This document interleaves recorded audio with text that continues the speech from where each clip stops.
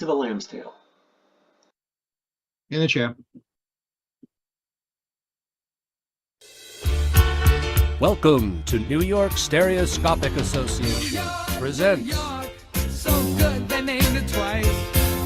New York, New York, all the scandal and the vice. I love it, New York, New York. Now isn't it a pity? What they're doing to New York, doing to New York, doing to New York City.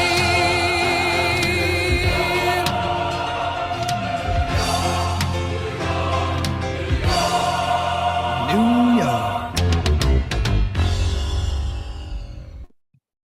Good morning, good evening, good afternoon. Welcome to NYSA Presents, where you see what you've been missing in 3D. And again, welcome to New York. I'm your host, Johnny Lezer, and welcome to you folks in VR in a train station we have down there. Now, down there, it's virtually down there mentally, but it's somewhere around. I know that it's not down there. It's up there. Anyway, a lot about the New York subway system this week. Nothing to do with us, pal. Anyway, welcome to New York. I'm your host, Johnny Lezer. Now, if you don't have red and blue glasses, you'll still be able to enjoy the program because not everything is in 3D. It'll look like that. Now, when stuff is in 3D, you'll notice a little peculiar line around the image. That'll be your cue to don your fancy glasses. Now, Crew Marlin, by the way, everyone, Marlin will be our guest speaker today. There's been a few changes, but anyway, you'll hear about that later. Again, when you notice a peculiar line around the outside, you'll know it's an anaglyph. Don your glasses and you'll look as cute as that fellow that I just laid down over there. Now, I want you to be aware that some images begin as lonely 2D images, but its parallel partner was synthesized and now they're a happy couple. At one time, it was considered sort of a black art, and it really didn't work that well to a trained eye. But now it's a whole lot better due to AI and a bunch of really creative folks. See if you can guess which ones were synthesized. I'm not big on a conversion thing. Synthesized. But in the end, does it really matter? After all, perception is in the noggin of the beholder. So let's behold this modern miracle and enjoy it together. Also, please don't forget to, these are not chroma depth glasses. You can't do anything to make these chroma depth. You can, like this maybe, if you put them side, no. What you got to do is you got to get fancy ones that are clear, unlike mine. You think they're clear, but if you're around in the after party, I'm sure Fred Lauder will try your patience by explaining into it. Extreme, excruciating detail with a couple of funny comments put in alongside it, how this chroma depth works and why you need it, because it's going to be a really interesting show. It's another big challenge for us. So that'll be for next week. So you're running out of time, man. You are running out of time. Acquire a set of those from American Paper Optics. You'll need them on May 13th for the presentation by Jessica Ramirez. We got other couple of surprises planned there, so it's going to be interesting. Now, we have a great show, but that's then. This is now. We have a great show for you today. First up is the King. Not that one. Elvis Presley, of course. But later in the show, we have some 3D pictures of the other guy with the fancy hat. Fresh off the press, courtesy of Paul Hutchins in the UK. And then Paul will give us a tour of, I think we're going to do that afterwards. So we're going to do Bath. We're going to go take a bath. And then Paul will give us the tour. He's going to give us a tour of Bath. Which reminds me, actually, last time I was in Bath, I couldn't take a bath. It's another story, and it's a long one, so I'll save it for another time. Our guest this week was intended to be Nima, and if he was here for rehearsal, I would not butcher his last name. I'm going to do my best because I want to stay friendly with this guy. He's going places in 3D, 2D, and all the way. Anyway, Nima Zaghami, who might show up, but just in case he didn't show up, I was prepared to interview him. This is my, just in case the guest doesn't show up, interview guy. And I'm glad I can put him down. He's only in 2D. It's even more boring. Well, we'll put him over here. But instead we have a Marlin, and I can't remember his last name, who showed up, who's also from Hill. Maybe both will show up. Fuentes. I've already showed up. Awesome. Yeah, Thanks for showing up. You got two. You got 2 for 1. Even better. You showed up in stereo. No problem, man. I just would cover. Okay, in that case, I'll trash this dude. Okay, this guy's going. He's out. You got to Sorry, lay a pal. pair. Don't call us, we'll call you. That's how the business goes, man. It's like, anyway. So yes, look, where was I? I was in this chair over here. Our guest this week is now named Ann Marlar. The folks who created an eye tracking 3D tablet with all of the bells and whistles. It's one of the unique aspects of it that they created an entire ecosystem. It's going to be a great show. So let's begin. Again, it's time. It's time again this week for the Anaglyph Jukebox. Roll it. I will sit by.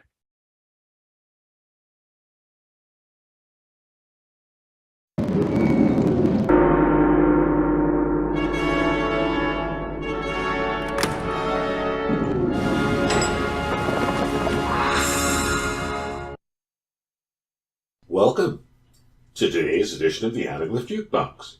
You never know what you'll find on the old jukebox. Let's press B31. Okay, we've got Elvis in 3D. The story of Elvis Presley is a uniquely American one, and it's been told brilliantly by better jukeboxes than this one. So instead, let's take a deep dive on one of Presley's late career hits. It was written to the tune of Wabash Cannonball, a classic American folk song about a train. It was also written in jail. The man born as Charles Edward Anderson Barry was arrested in his hometown of St. Louis, Missouri on December 23, 1959 on a Mann Act violation, which was originally known as the United States White Slave Traffic Act of 1910. Rock's first great lyricist was charged with transporting a 14-year-old Apache waitress, Janice Noreen Escalante, whom Barry met in a Juarez, Mexico bar across state line. At this point, their stories diverge. He says she was hired to work as a hat check girl at his club and was angry about being fired. She claims she was brought to the U.S. for allegedly immoral purposes. He was tried twice. The first conviction for 5 years and a $5,000 fine was overturned after racist comments by the presiding judge were revealed. Barry recorded Promised Land in 1964 for his album St. Louis to Liverpool. It was his first single after spending 20 months in federal prison between 1960 and 1963. Carl Perkins toured England with Chuck Berry in 1964. Quote, "Never saw a man so changed. He'd been an easygoing guy before, the kind of guy who jam in dressing rooms, sit and swap licks and jokes. But in England he was cold, real distant and bitter.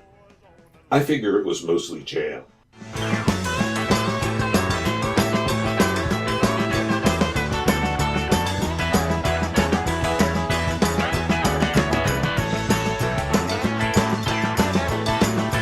Working on the T-bone steak on the carny flying over to the Golden State.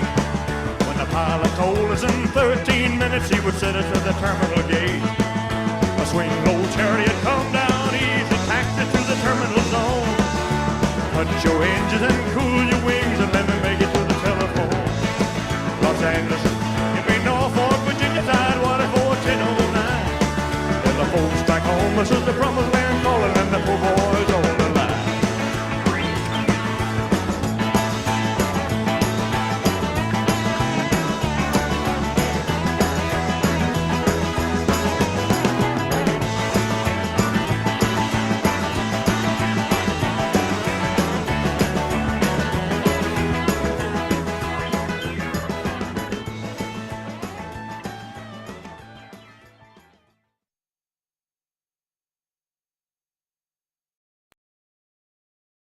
Thanks again, Joe. That's really fantastic. You know, you do kind of feel sorry for that guy because he fell into the trappings of success. He should have been in. This is for Joe. We got to clap. There we go. Because here's a guy that really, ask your grandmother what a revolutionary he was. You know, he shook things up literally from the waist down, and that was you know, it was a big scandal. And then he couldn't hang with anybody. His success brought him into a direction I don't think he wanted to go. He wanted to hang. He should have been at Woodstock instead of being deputized with Nixon at the White House. I know the guy wanted to be there, but you know, I guess that's just the way it goes. You feel sorry for him. He as much as he had trappings of success, but God bless him, he left a bunch of hits and a bunch of happy girls, I guess. But anyway, On to the next stuff. Now, again, thank you, Joe. 2 more sessions left, and we have a lot to go starting in September. We're booked. We got loads of Anaglyph Jukebox. We're enlightening you in 3D. So now it's time for another 3D journey with Paul Hutchins. I'm dying to say this. You ready? Wait. Run the bath. Oh, so bad.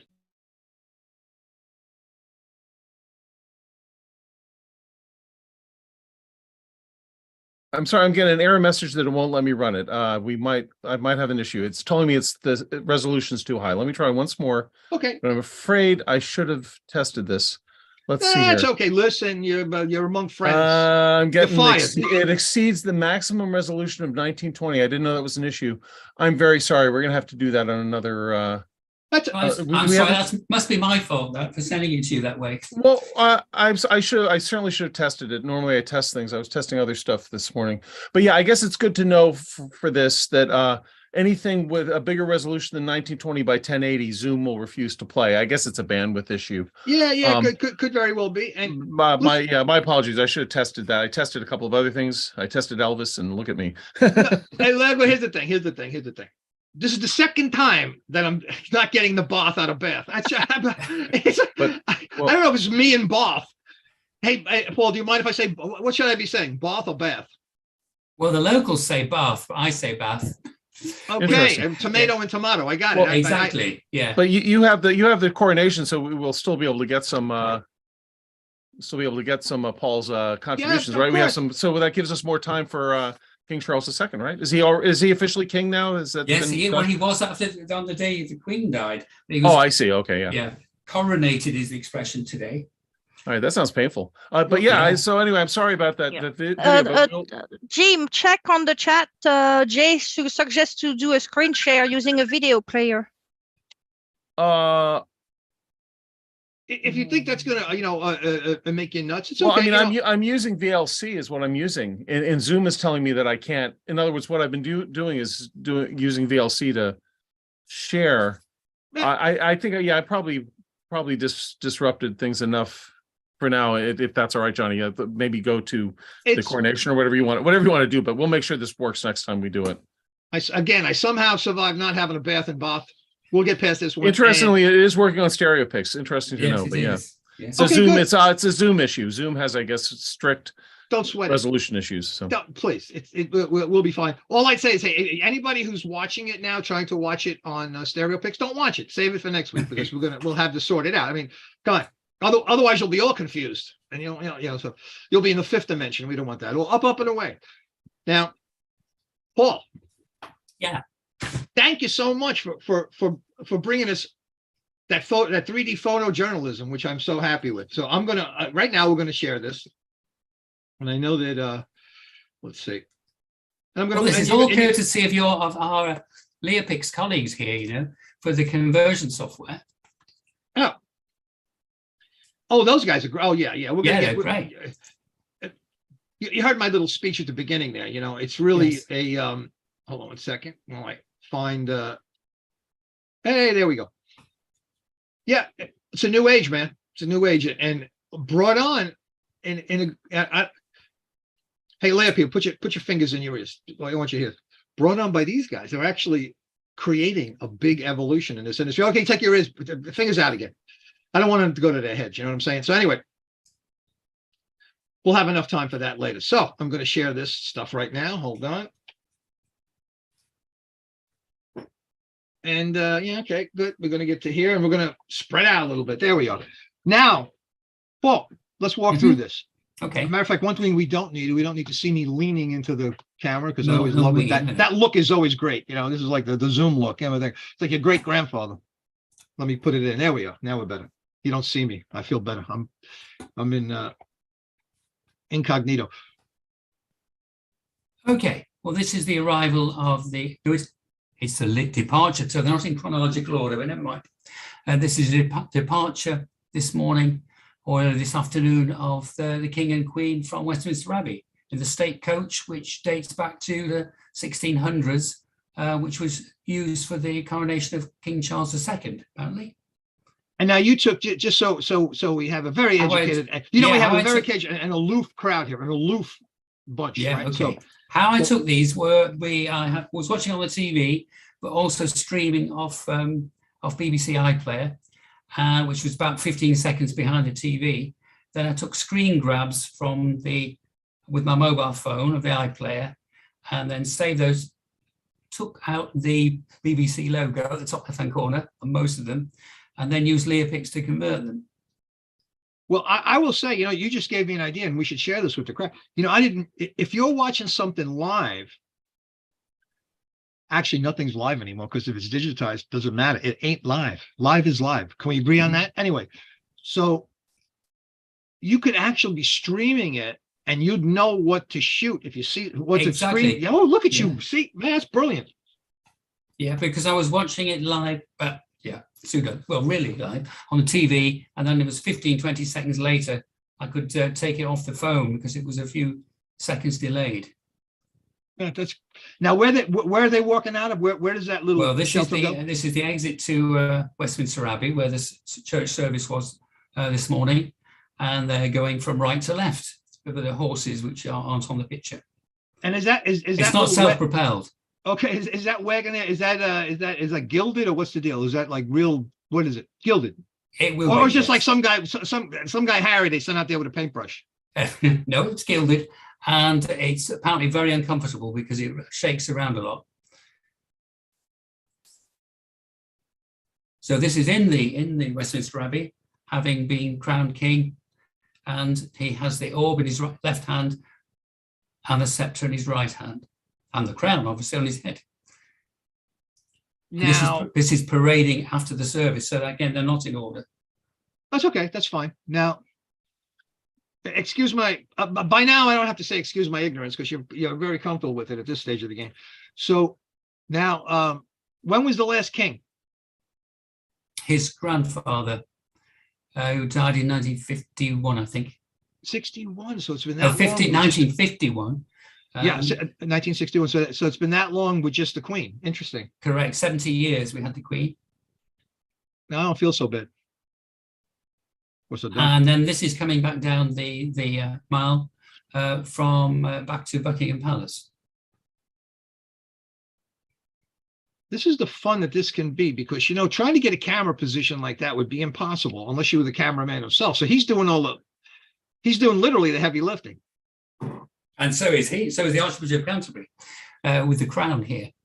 Oh, look at that.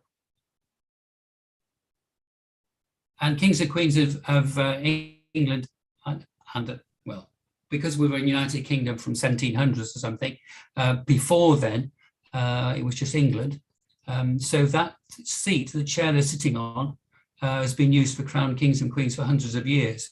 And there is a stone underneath it called the Stone of Scone, which has been brought specially from Edinburgh. Well, I'll ask some non-technical questions. Yeah, okay. So where do they store that hat? Where's the crown?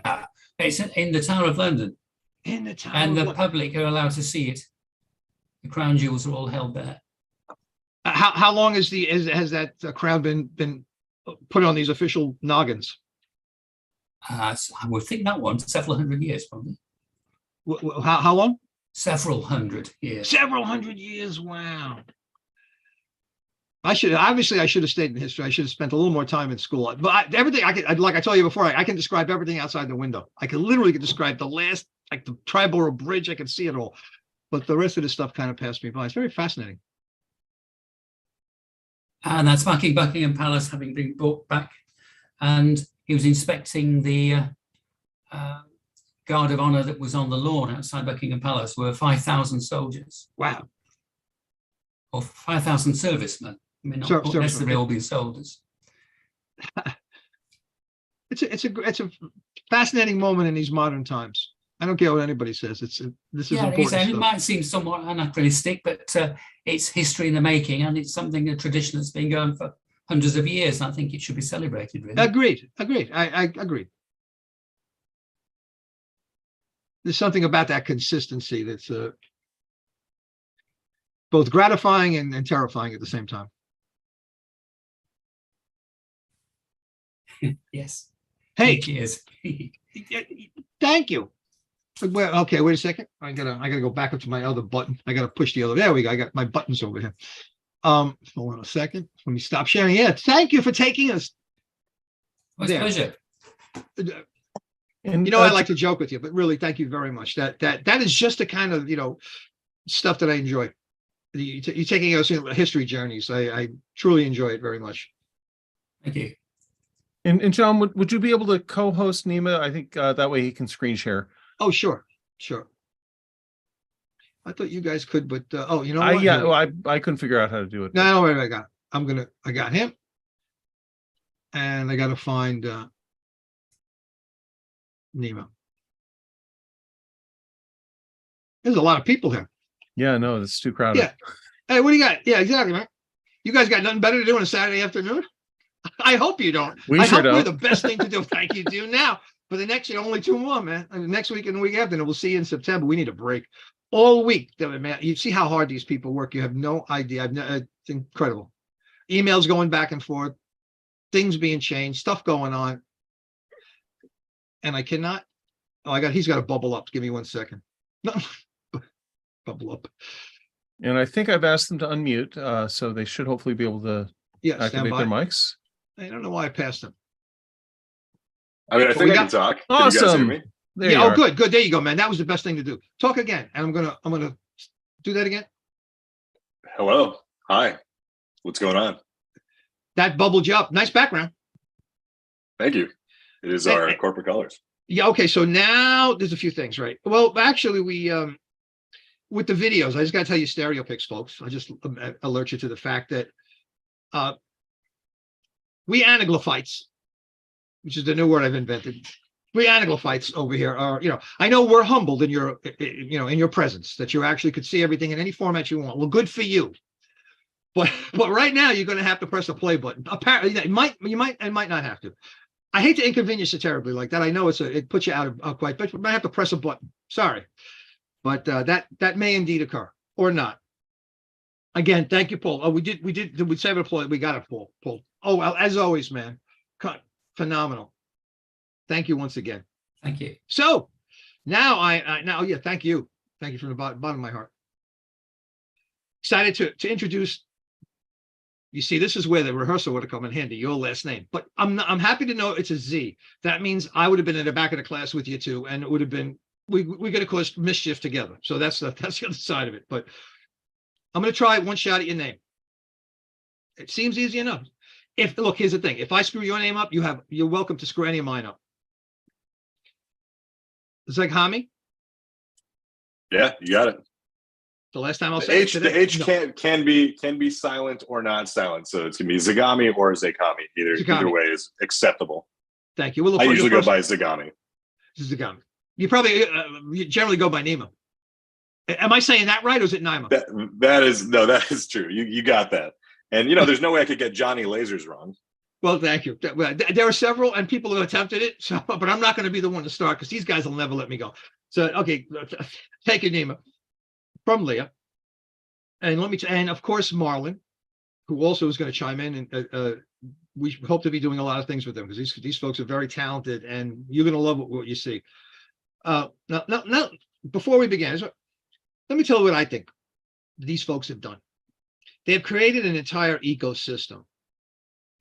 What do I mean by that? Think back to the stereo realist camera, you old people.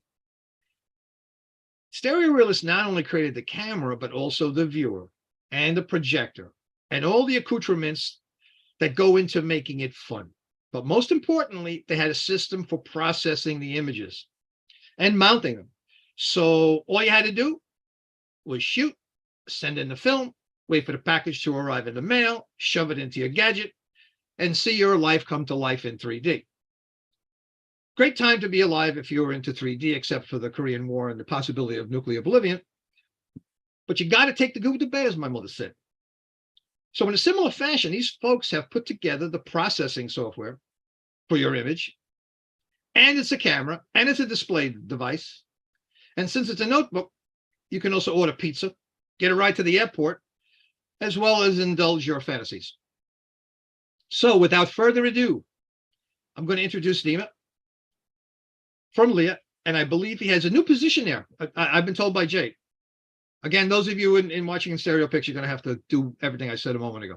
So not to belabor the point, what is your new position? Well, it's a new role, so my It's a role. title Uh-oh. and position doesn't change. So I still have my old title.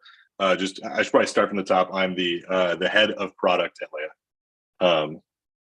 Sorry, I'm getting that wrong because I got it mixed up. I'm the director of product and now the head of developer relations as well. Oh, God, that was the additional role. Got it. Yes. Yeah. Not for nothing, and you won't mind this, but see, that's the thing. Well, I hope the role comes with an extra roll of dollar bills. I'm hoping that it shows up too. But I hope so too. I'm sure you're worth every penny. I had a good conversation with them this week. These are great people. Okay. If you want to do it now, since we didn't have the chance to rehearse this, we can do it right now, live in front of everybody. That's really how you want to rehearse things. That's the best bet. We have some videos and stuff that we have. We were tinkering with because Jim Harp has one of the players. I should have one this week. One of your devices. So he did a bunch of demo stuff. I'm sure you have a something prepared just you want to say, and then maybe we can just kind of work our way through other stuff, because I've got a couple of images too that we've doctored up to kind of get the impression to folks. But anyway, I'm going on too long because it's all about you at this point. Welcome to the show, and thanks for showing up. Thank you. I fired the other guy, but please. And you can share your screen, I think, if you want. Yeah, I will. Let me just go through my little spiel and then we can get it going. So I'm Nima. I am the director of product at Leia. Leia is primarily we are a 3D experience company, but if you're looking at like, what does that mean? What are the specifics that we do? We make 3D displays. We make a unique type of 3D display that uses a technology called diffractive light field backlighting, which no one else uses. I'm sure all of you are very aware of other autostereoscopic technologies like lenticular, like parallax barrier. The core difference is both of those are overlay technologies, where you have lenticular means lens-like, so you have an array of lens-like film that goes in front of your display, or you have a parallax barrier, which is a physical barrier that splits the light and changes it so that it's kind of like a bunch of tiny slits that makes each of your eyes see a different column of pixels. But our technology, diffractive light field backlighting, is actually a nanograding that's etched into an LCD backlight using nanolithography, which means we're shooting photons at the nanoscale into a substrate that's on the LCD backlight, which creates this pattern of gratings, which diffracts the photons of light before it hits the LCD color filter. So this is the difference between our technology and existing technologies. There's some really big benefits to it. One of the biggest ones is that we are able to fully turn it off. So it's just an additional backlight to the standard 2D backlight the device has. So you get full high resolution 2D when you want to use backwards compatible content in all your old apps. And then you can just turn it on and then suddenly, boom, you've got super high resolution 3D as well. It allows us to steer it in multiple different directions, change the way the patterns work, have it ensure it's repeating. All these things are also possible on other devices, but some other technologies, you might notice that the repeating patterns don't look as good as the standard one right in the middle. For example, on some lenticular devices, if you're looking at an off angle, it looks much worse than when you're looking at it head on. Usually we're able to have a very wide field of view with our repeating patterns, which makes the experience really good. We also think it's very scalable, and we think it's pretty much the best solution for what you can do when you have a mobile device, and it allows us to get really, really high brightness. So we think our new products are pretty much the brightest auto stereo products available to consumers in a mobile form factor right now. Our new products are the LoomPad 2 and the Nubia Pad 3D, which are a series of Android tablets where we design them, including the display and the software, and they're manufactured by ZTE, which is our ODM. And basically, we ended up building it first, and then ZTE was the ODM, and they saw it. They're like, "What are we building?" And they're like, "Wow, this is amazing. This is really cool. Can we license this?" And we go, "Yeah." So outside of the United States, you purchase from ZTE. In the United States, you purchase directly from Leia. It's going to be all over the country. B&H has picked up an order. So if you're in New York City, you'll be able to physically go to B&H stores and see it there, or I should say the B&H store. And we also make a series of software. So AI is a big part of what we do. We realized pretty early on that we can't expect every single person in the world to go buy a 3D camera just to capture content. So we try to make it so that no matter who you are, you're able to capture content. We're really big about creators. Our AI can take 2D content and turn it into 3D. We have a bunch of creator tools that allow you to turn different kinds of content into 3D, whether it's a real-time video game made in the Unity or Unreal Engine, or if you are in a video game capturing 3D photos in there and stitching them together to view on our platform. And then our software also is all about making the 3D community come together. We have an app called LeiaPix. It's the most popular 3D social network in the world, has the most posts and the most users using it per day. And we also have camera technology. So our camera technology on the rear of the device allows you to take 3D photos and videos, and then the one on the front allows you to 3D video chat. So yeah, that's basically what Leia does. And today I'll be showing you guys the LoomPad 2 and how the software on it works. Now, I have not used it. So, because you know why? These guys are doing such a good job of using it that it's like one less bowling ball I got to juggle, and they're juggling it so well. Is the software on the pad itself, or is it a cloud? How does that work? To do the conversion? Great question. Yeah, great question. So we actually have two different sets of ML technologies. They're actually families of technologies. So our machine learning tech is both optimized for the chipset that comes with our devices.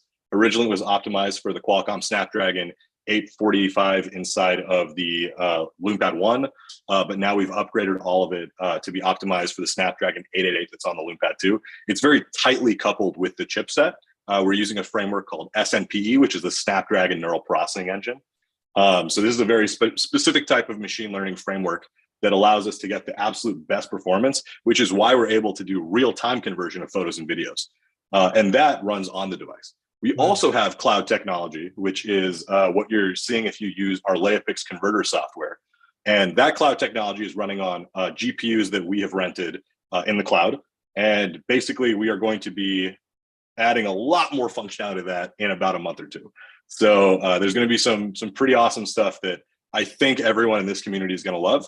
And one of the reasons we're doing that is because, we love the LoomPad 2. We think it's the best 3D device in the world, but not everyone wants one for various reasons. Either it's outside of their budget, or whether, they have a different 3D device they really like. If you have a desktop and a nice 3D monitor, maybe you're going to prefer that to having a tablet. So what we really want to do by extending our cloud services is ensuring that no matter what hardware you're using, Leia software is the best choice for you. We want to give people the ability to, for example, all the real-time stuff we do looks really great, but you might say, okay, well, that conversion, it doesn't look as good as when I shoot with a 3D camera. Well, if you give an image, let's say, instead of having a fraction of a second to process, if the image has 20 to 30 seconds to process, I think that you'll find that our cloud conversion will be able to give you results that are significantly closer to native stereo than what you've currently seen out of our conversion. And so that's going to be rolling out in a month or two. And I think people are going to be really, really happy with the results. I think that, it's not going to be as good as a Hollywood conversion, like the nice ones done by Marvel or Disney, but it'll be very, very close. And that's just going to be capable in everyone's hands without any manual editing. So we're pretty excited about that. There is. What is the largest screen you've or intend to produce? Is there a limitation, is what I'm trying to get at, to the size of the display? Can you get one to hang on the wall? We have a 27-inch in the lab. I think that's public knowledge. Okay. Well, it is now. But Actually, can I interject, since you mentioned that? Because this is the question I know everyone is asking. Once you have a large display, is it able to track more than one set of eyes? Because, in other words, it's great to have this tablet you're looking at by yourself. It's amazing how well it tracks your eyes to move. But are you looking at the possibility of being able to feed content to multiple sets of eyes using the same magic? Sorry to interrupt, but No, it's okay. And by the way, that's a great question. Jim owns one, by the way. So yeah. And I want another one. Amazing. Yeah, so that's a good question. All of our older devices were multi-user. So the Red Hydrogen 1 was multi-user. The LoomPad 1 was multi-user. The big problem, and I've mentioned this on the Yahoo Photo 3D group, if you guys are, or any of you are on that, basically the problem is that the trade-off that you have to make to make it multi-user doesn't seem to be a trade-off that anyone wants. So 3D enthusiasts care about a couple things, and one of those things is the clarity of the image. and the compatibility with their existing ecosystem of what they capture. Our pre-existing devices were what we called light field. And the downside to light field is I think it's amazing. The technology looks really good, but you have to author content for that type of display.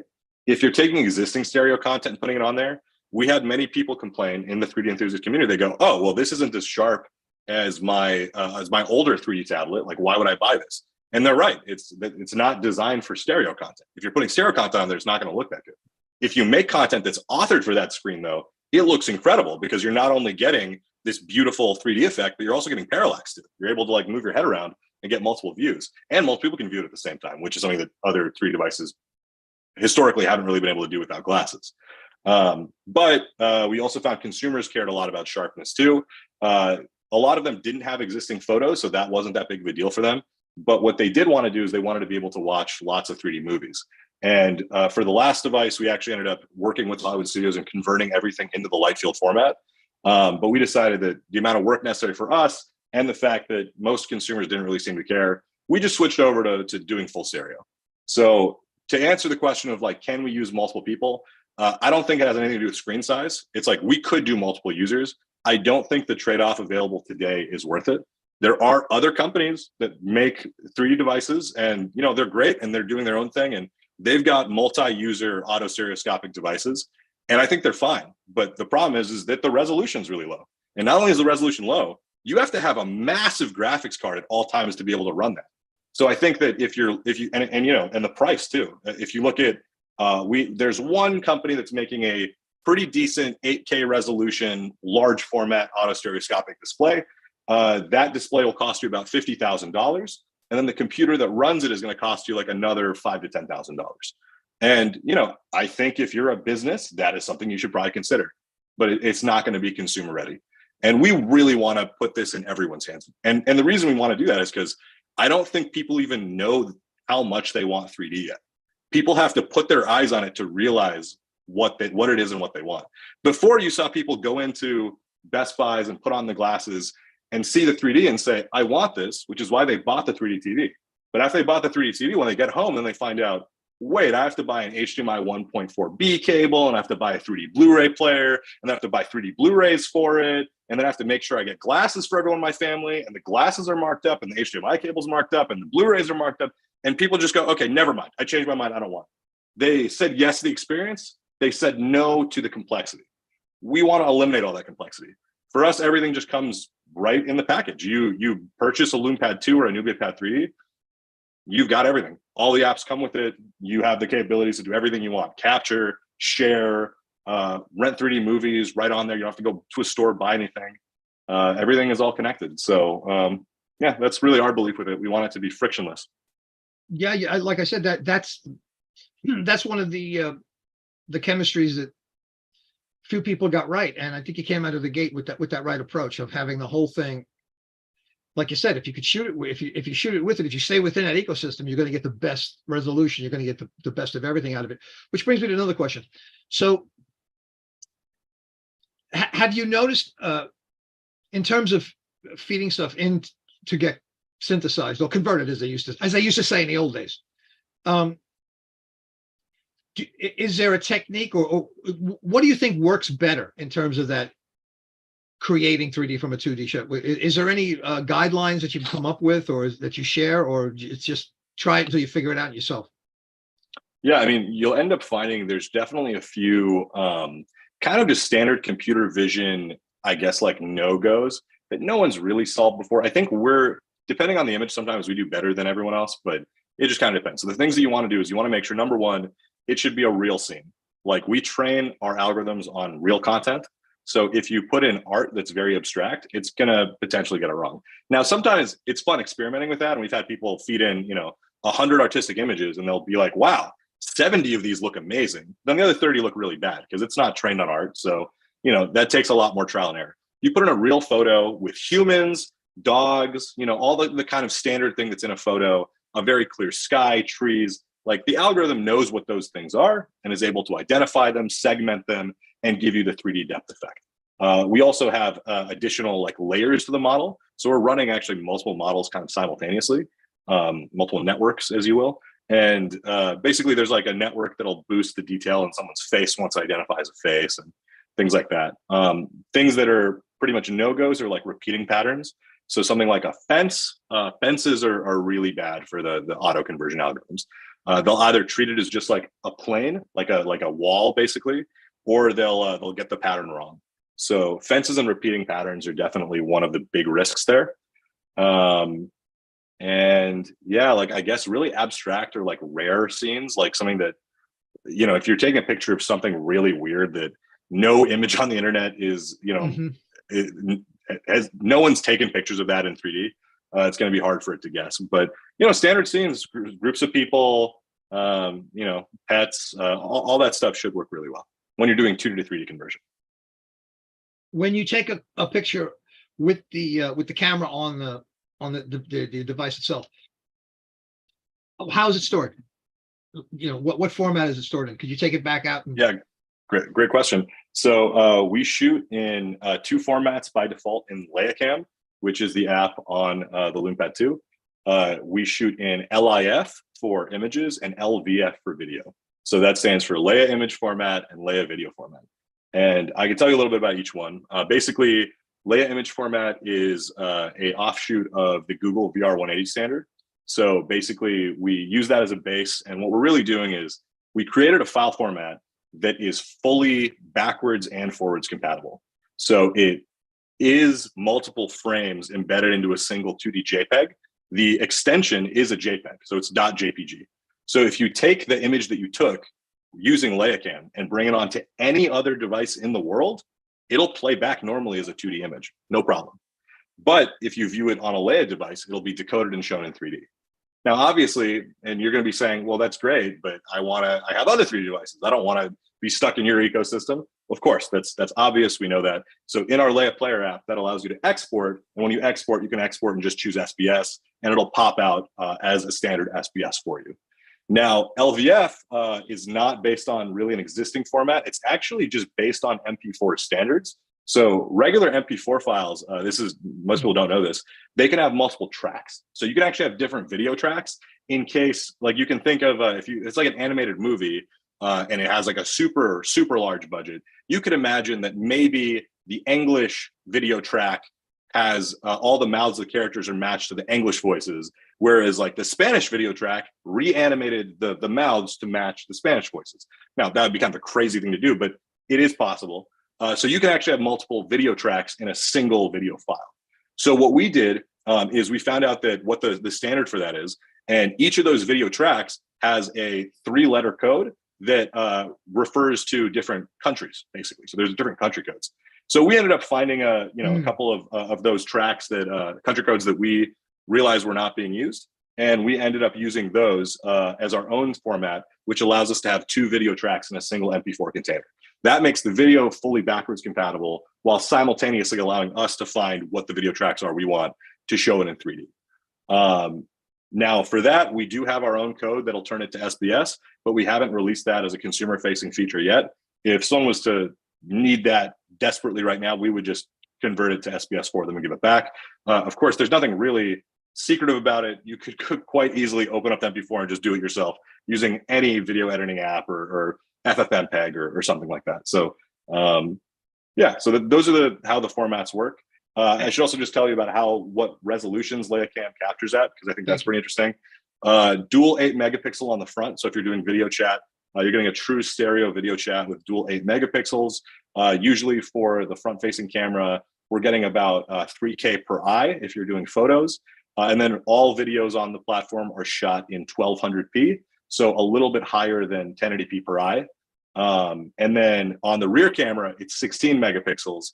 And for photos, you're actually getting 5K resolution per eye. So we believe this is the highest resolution consumer 3D camera ever released. And it's built into a tablet. Man, incredible. Getting back to the eye tracking, and could you explain? Could you opened with a great explanation, but I think everyone's kind of ramping up to what you have. Could you just explain how the screen functions again? Sure. Yeah. So switchability is a really big part of the core technology, and so that's the ability to switch between are a 3D backlight and a 2D backlight. But when you're doing that switch, there's also another step. Is obviously, if anyone's done any stereoscopic 3D rendering in the past, is interlacing. You want to do an interlacing that is matching the display so that when you're switching to 3D mode, all of the pixels are in the right spot to split in different directions, whether you're on a lenticular display, parallax barrier, doesn't matter. It's the same foot-like idea. So what you can end up doing is when we turn on the 3D backlight, we simultaneously switch to an interlaced render mode that is designed for the display. And then the backlight turns on, the photons, pure white photons, are diffracted in multiple directions. I mean, you know, it's kind of complicated to talk about photons like that. I'm trying to really simplify this for people. So these are pure, like, just light, right? Light. There's at least 4 of us that understand what you're talking about. So don't worry, you're talking to 4. No, please. There's more than that. Please go ahead. And then we have an LCD color filter, just like other LCDs. And because the interlaced image is waiting there, when the photons hit it, it's already going in the correct direction and it's set to repeat. Now, the really cool thing is, and I'll actually, because you guys are a little more technical, I'll just tell you how the screen works. We actually try to not overcomplicate it because I think people get really confused and get into the weeds. But our new display technology is an 8-view display. Unlike other displays, our 8 views are actually really, really tight. So the FOV of the 8 views is actually really small. It's like maybe about this big. But as you guys know, like I mentioned, it's repeating, right? So it's 8 views, then the same 8 views, and the same 8 views, and the same 8 views, and then the same thing on the other side. So it's very tight and it's repeating. But the cool thing is we have Leia face tracking. So that's our own algorithm that's running on the camera. We did license the base of it, but we've heavily modified it. And what that does is it's using AI to predict where you're going to move. And so if you move pretty quickly, it'll be able to track you in real time. And based on where you are, it's updating the stereo image to give you the image in the right spot. So if you're looking at, like, let's say this is the 8 views, this is like view 4 and view, I guess view 4 and view 5, or like maybe that'll be in the middle. So let's say, view 4 and view 5 are like right in the middle. Those two are the views that you're going to see if you're like straight on looking at the display. But what happens if you move your head really quickly over here? Well, you actually might also be in view 4 and view 5 over here. So if we know that you're there, we will just send the right information to view 4 and view 5. Or you might be at views 2 and 3, or you might be at views 7 and 8. It just depends where you are. But because of this, we're also able to fully eliminate the dreaded, we call it the view inversion zone. So on older devices or a lot of other 3D devices, including our own, when you got in between these view zones, is what I call them, when you get in between the view zones at the very edge, if you're seeing view 8 and view 1, you're getting pseudo, like you're getting the views completely flipped, and you're getting an uncomfortable FOV right there where you're like, oh man, I'm getting the wrong view to the wrong eye. But because now we have this head tracking system, you can be in those 2 views. You could be at views 8 and view 1. And because we know you're moving there, we just flip the views in that zone while you're in that zone. And boom, suddenly you're getting a great experience. I think Question came up. Yeah, I was muted. Let's keep all the noises I'm making out of your dissertation. A question came up about what was it? Brightness? Contrast ratio. Does that have any bearing on your descriptions? The contrast ratio of what that's to put the contrast.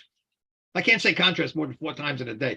What I just said, the contrast ratio. I'll be completely honest. I don't know what the contrast ratio of the display is. I think it might be listed on the spec sheet on the website. I know how many nits we have, so I know the actual brightness. That's okay. I don't know the I'll just jump in as a user, someone who owns one, and say that it has really good black levels, which is what people are usually getting at. In other words, like the first Oculus Quest had, everything looked gray on it because it didn't basically put out enough light to be able to have blacks be black. And this really does. So I don't know what that number is, but I will say that, you're not getting that old Quest issue of like everything's gray, like there's nothing can get dark because nothing can get bright enough. It really does seem like a very bright display. That's not a figure, but at least it's a, just personal experience. It's really good, very nice, darks and lights on. That's good. That's even a better. Thank you. What is the specification? I mean, you actually use it, so it's a lot easier to grasp it when you've got a user. But thank you.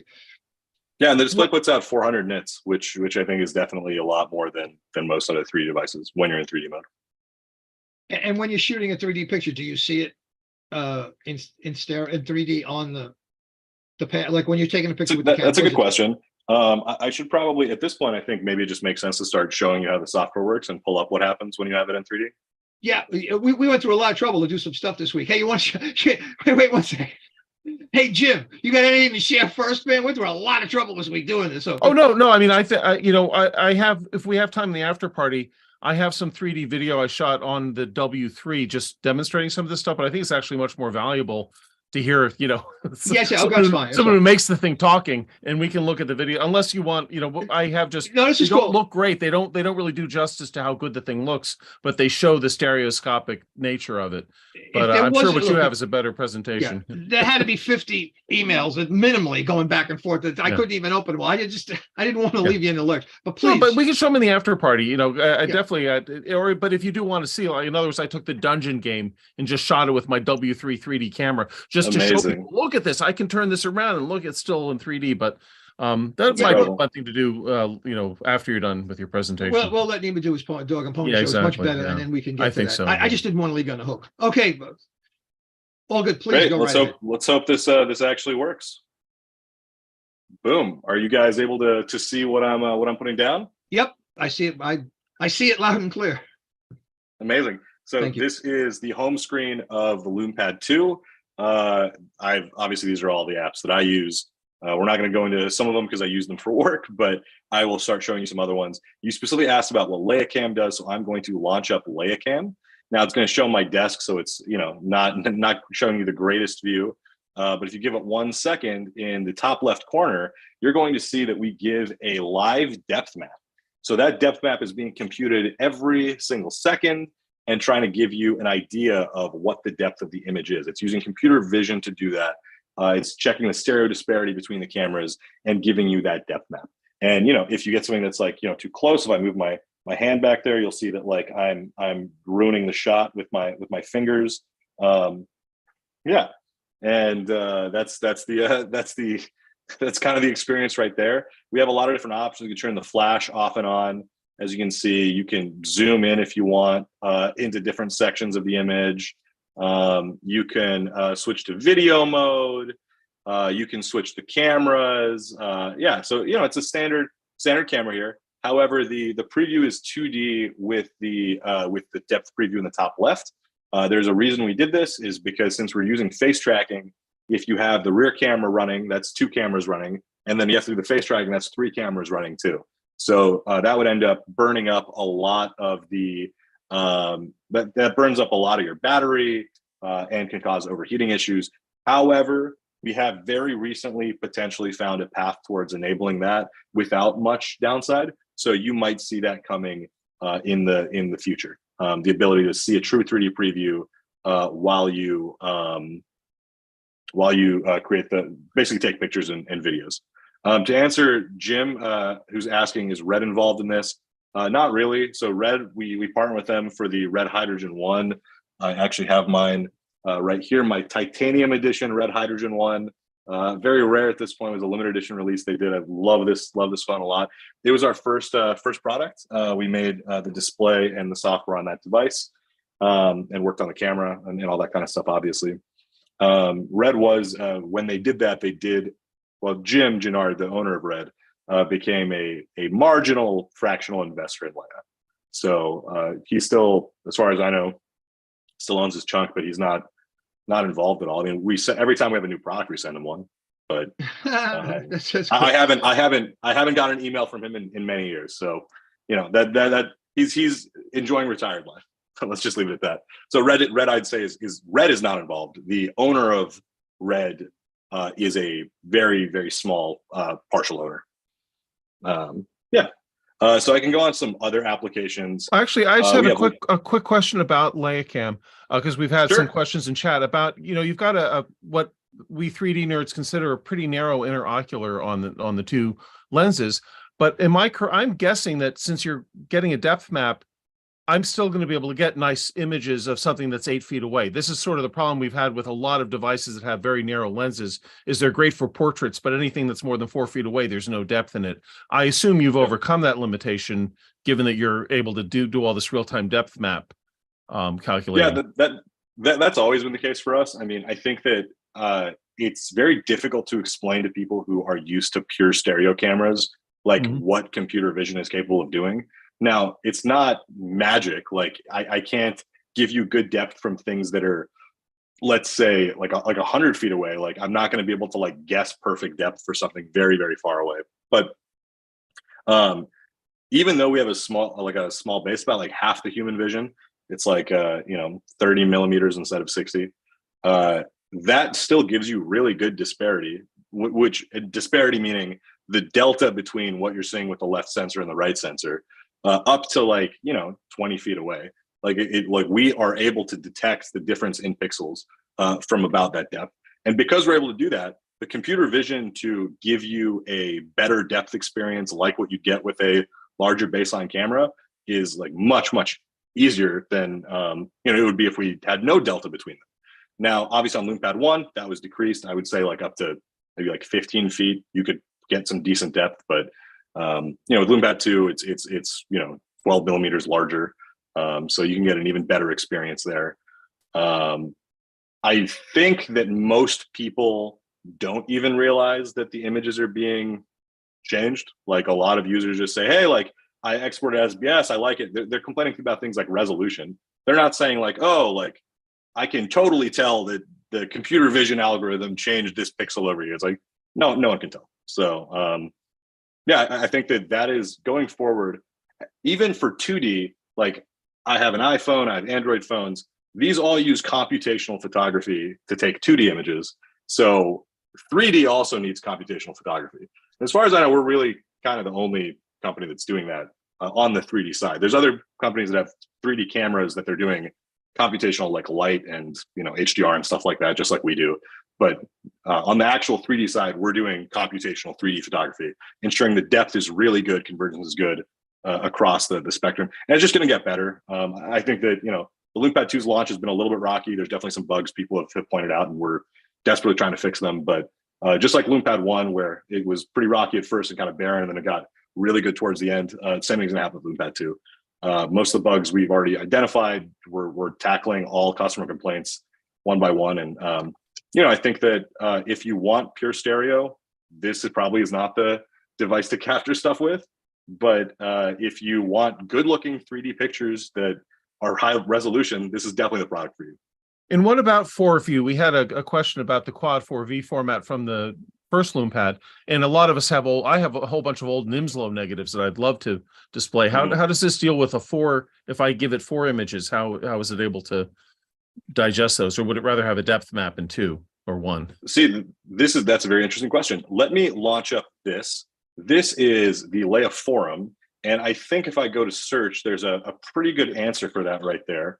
I am going to search for Quad, and this is the forum post that talks about that.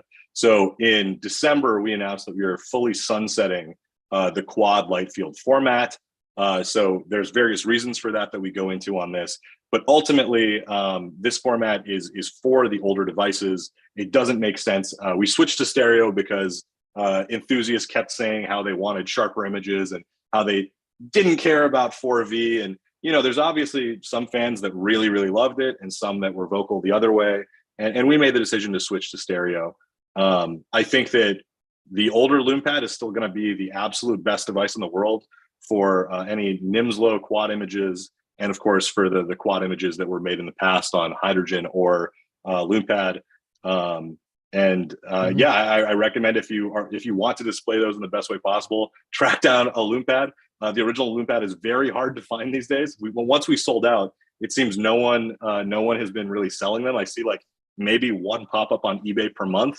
So they're going to be pretty hard to find, I think, in the future. But moving forward, we're, at least for the foreseeable future, focused on pure stereo. I think that there is a world in which we'll go back to doing multi-view stuff.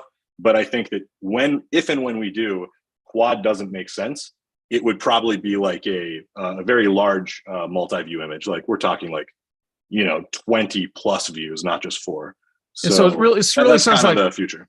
so the 4 image thing really is ideal for the light field technology, which you're not using in this new device. Is that a good Correct. understanding of it? That's really something that light Yes. field was magical for. So yeah, those first Loom pads are valuable. That's kind of, we're not Mhm. dealing with obsolescence here, are we? No, Are they- I mean, I still use my LoomPad 1 as a 3D picture frame. Like I use my LoomPad 2 as like an actual tablet. I take it around, take photos with it. But my LoomPad 1, it's beautiful as a picture frame because it's passive. Because I can leave it up and most people can view it at the same time. You can walk around it. It definitely still has its value for that. Especially the reason I like it as a picture frame is probably because of that display. At a good distance, it looks really sharp. It's like the closer you get, it gets more pixelated. So, that's a really, really great use for it, is to create the 4-view content taken with NIMSLO, taken with whatever the other quad camera was. I'm blanking on right now. Nimska? I don't know. I think there was a K in there somewhere. Anyways, yeah. So I think there's still value in both platforms, though we are moving away from the older one as we go into the future. How about VR? It's like 180, 360, that kind of stuff. How does it play back? How does it manage that? What a great question. Let me open up the Leia Player. The Leia Player is our application that is kind of our default media player application. I think I've got some VR 180 files right here that I can load up. And this file basically allows me, if I move my tablet around, you'll be able to see it. Mhm. So this is right now, it is a VR 180 file. You can kind of look around. I'm switching it to, so basically, yeah, you're able to see. I'm not, And there's we'd no be secrets we'd be going seeing on this we'd be seeing this stereoscopically if we had, in other words, you're seeing course. you're seeing, okay, just checking, because that's going to be amazing to see in 3D. Yeah, so that's obviously cool, but there's even cooler stuff with this platform. So obviously seeing VR 180 in 3D is great, seeing 360 3D is great, but you can already do that in a VR headset. The really cool thing you do on our platform that you can't do anywhere else is if you have a 2D 360, that plays back in 3D on the LoomPad 2. And I think that's where the real magic comes from. That's something that's never been able to be done ever. Like this is the very, very first time in the world that you've been able to live convert 2D 360 content into 3D. Wow. You heard it here, folks. You heard it live here, folks, for the first time. No, really, yeah, it's more and more magic as it goes along. I'm proud to admit that I lately have stopped trying to figure stuff out and just enjoy it. But that really is that's amazing. Now, so if you hooked, I'm trying to get my head wrapped around this. So you can actually do, someone else has a LayaPad, a LumaPad, they can do a 3D video conference, right? Video, correct? Right? Yeah, we can try to do one live right now. Marlon, you got yours ready to go? Yeah, give me a second. I'll go grab mine. Hey, everyone, good seeing you. We got a lot to do. Nice seeing you. But yeah, so we got the Leia Chat app. Maybe I should give you guys a little tour of a different application for a second while he goes grabs his. This is definitely one of my babies. Actually, when I joined Leia, I was working on the LeiaPix app for maybe like 2 years before before they were like, hey, you're doing pretty good at this. We should have you do other stuff. But I joined the company as the very first product manager, and the only product I was managing was LeiaPix. So for the first 2 years, this is what we did. So this is LeiaPix. Basically, you have all these people who are posting beautiful 3D photos from different cameras into the platform. As you can see, flowers are very, very popular. Art is very popular. And yeah, you're seeing the interlacing snap into place because yeah, as I go down here. But we have all these incredible creators who are just posting their content, people making things in Blender, and then of course there's my account, and I've got some pretty incredible content myself here. People posting pictures of their lives.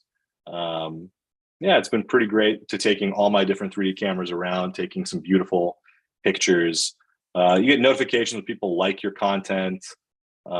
David, our great CTO and founder of the company, He's a very active user of the platform. And actually, I think you'll see we have different sections over here. And if I swipe over here, yeah, we made him a featured creator. So this is a very new feature that we're going to start adding to the platform. So the idea is that if you win one of our photo contests, or if you're a creator that we are working with closely, we are going to start adding people as featured creators who are going to be at the very top of our Discover page. As you scroll down the Discover page, though, you'll see all the most popular hashtags on the platform. So these are things that people have loved to post, and these can all change dynamically too. We're using that to basically get people very jazzed about the platform, and there's always gonna be fresh content. We want it to feel fresh. I think a lot of people have been really tired of 3D platforms become kind of static and not having new content. We always have new games coming. We always have new movies coming to Leia Flix, and then of course Leia Pix changes all the time too. And then, it's pretty easy to add a photo. You just use the plus button in the bottom left and you can upload it and add a caption and all that kind of stuff. And, if I go here and let's say I go to food, which is definitely one of my favorites, the whole food category opens up, and then we can go down and let me click on, oh, wow, whatever this is, I have no idea what it is, but that looks scrumptious, whatever that is. Let's pull up going vegan and keto. I cannot believe this. This is both vegan and keto. That's incredible. Well, I'm gonna have to like that one. Yeah, I was just gonna ask if that was gonna be tofu. So I'm a vegetarian myself. Yeah, is that tofu? Well, amazing. Delicious. So you're making me very easily, you can just boom, share. And this is a full mobile platform. It's on the LoomPad 1, it's on the Red Hydrogen one. This is a cross-generational platform that we've created. We are also talking about bringing it to the web to make it work with a lot more different platforms that people have. Oh, here's some that I took when I was in Hawaii. Oh, these are so good. This fried chicken was to die for. These sauteed scallops were great. This is actually some sort of potato puree that I had. It was all this is pretty wonderful. And of course, myself with boba, I'm a big boba fan. The grilled octopus, oh, incredible. So anyways, I think that all of us, 3D is great, but the content in 3D is what's important. You don't want 3D for the sake of 3D. You want beautiful things to be even more beautiful through 3D. And that's really what we believe in with Leia Pix. Wow. Well, and really, if you look at the price of entry, if going back to the analogy with the literally analogy, right? With the stereo mirrorless camera, I think, the top quality one was back in the early 50s, right? That was about $150, $170, which you could have bought a car for $800, right? So haven't we figured out that the realist was about a equivalent of a $1,400 or $1,500 camera today? I know people have talked about that in terms of, in other words, like the realist, you saw it was Hollywood stars, and it was a luxury item. It was a luxury item. I know you could buy a car for about definitely less than $1,000. So when you look at that, so really $1,000. I'm doing your pitching for you, by the way. $1,000, it's just nothing. And look what the Fuji W3 is going for now. So you think, I bought mine for $400. Yeah, $400, that's great quality, and it's now to get those. Now that we're on that subject quickly, because will get us into the after party. I'm sure there'll be a lot more questions. Maybe I'll have Jim run a few of those videos, and he can explain at the same time while you're being amazed at what he did. Now I forgot my question. Oh, well, that's how it goes sometimes. So what you shoot on the first version, is that downward compatible to, or upward or backwards or sideways compatible, whatever? In other words, you can take a picture from that and you can move it over to the, obviously could, right? Yeah, so our Leia image format is intercompatible on all the platforms. It's fully backwards compatible and forwards compatible. You do have to be updated on all the devices. So if you have a Red Hydrogen one that's not updated, we did have an older format that we no longer support, and it won't be able to read the newer formats that we're using. But if all your devices are fully updated, images can go back and forth between them from Hydrogen to LoomPad 2, no problem. And we expect that to be the case moving forward. Now, we might eventually make some change that breaks compatibility with an older device, so you won't be able to take a picture on the newer device and bring it back without changing it to the older device. But in that case, all you would do is you would just export it as SBS first, and then open it on the old device, and it would just work perfectly. So there's always going to be a happy path for creators. And all of your, I'm sure you clarified this already, but I want to make it clear to 60 people. If you shot it on a W3 and you had a left and a right, or you shot it on a bar, or however you shot, you can import that, right? Without a problem. Like a left and a right. Yeah. Okay. I just want to confirm that with everybody, right? I mean, I think the main thing I should do is just go to my W3 dump folder. These are all pictures that I took with my W3. So yeah, obviously the W3 has a great flash, and you get, you have you just go places that you can't take a tablet with you. And so yeah, all these are taken with my W3. Now, how about importing if you have an iPhone that has this portrait mode that basically takes a 2D plus depth map? Is the LoomPad able to very quickly import something like that? Because that's sort of very appealing that everyone in the world who has an iPhone all of a sudden is able to take 3D content for this, if that works. Drum roll, please. What a great question. Why don't we open up iPhone conversions real quick, and you can see all these pictures that I took with my iPhone camera. All you have to do is, if you have an iPhone, you open up the camera app, and then you switch to portrait mode.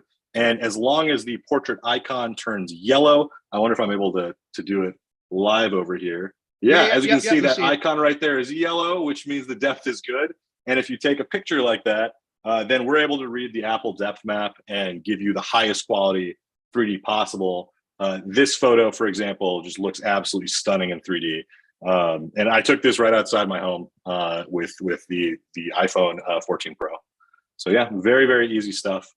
We have that capability. We even have the Leia Link application, which Leia Link is directly on your iPhone and your Android phone. And what you basically can do is just download the Leia Link app, go take your pictures, either regular 2D images or 3D images, and then send them to Leia Link, and then boom, they will get sent to the cloud and then arrive right on the Leia player on your LoomPad 2.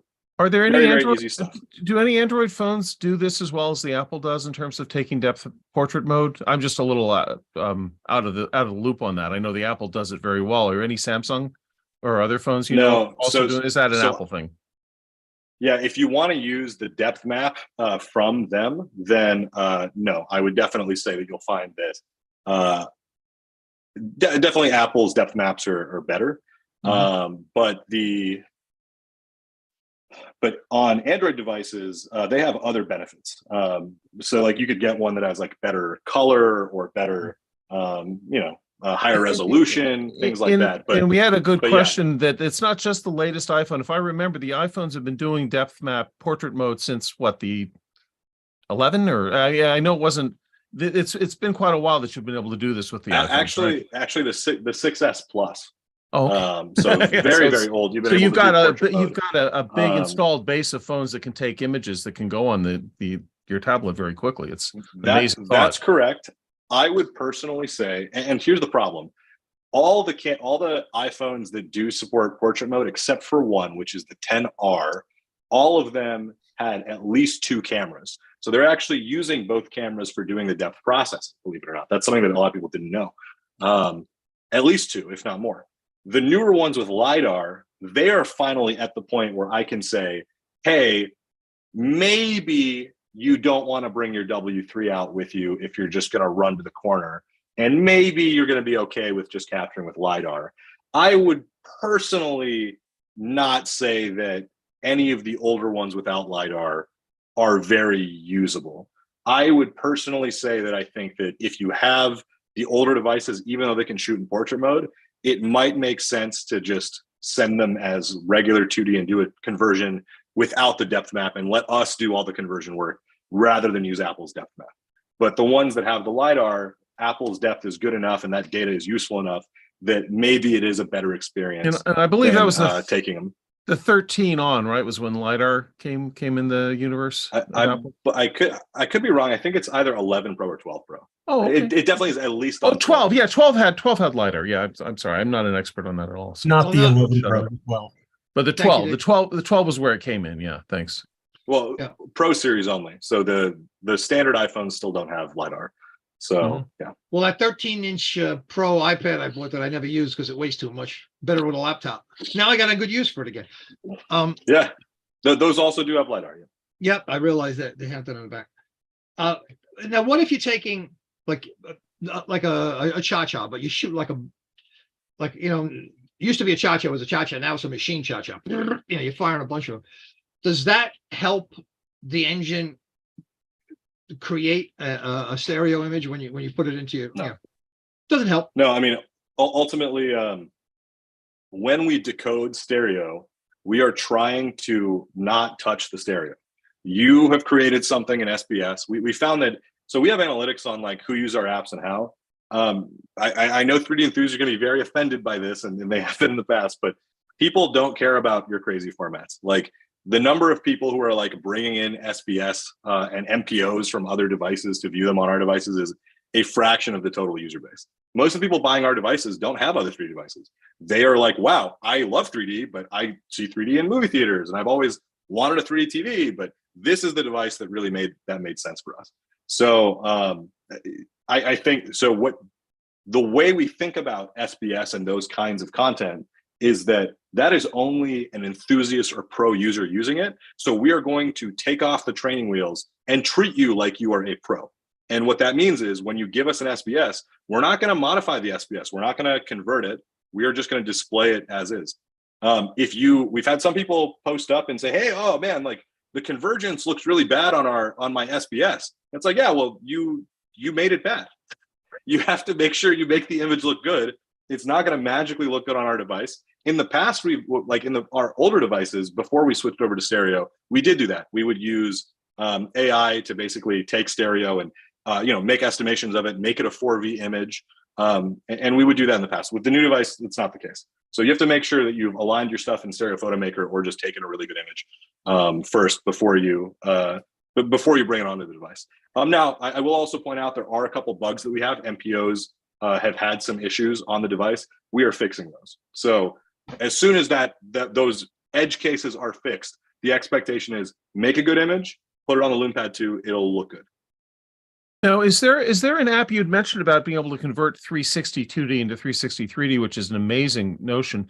Do you have any apps that will let you shoot a panorama? I remember my old Google Cardboard had a fairly good panorama app where you just spin around holding the phone and it would make a nice. Is there an app like that, or is that something already built into the tablet? You can just download it's called on iPhone, they have an app called the Cardboard Camera, which lets you do that. Mm-hmm. I want to say that you have to download the Google Camera app, which might require some finagling, but the Google Camera app does have a 360 photosphere mode, and you can just shoot that.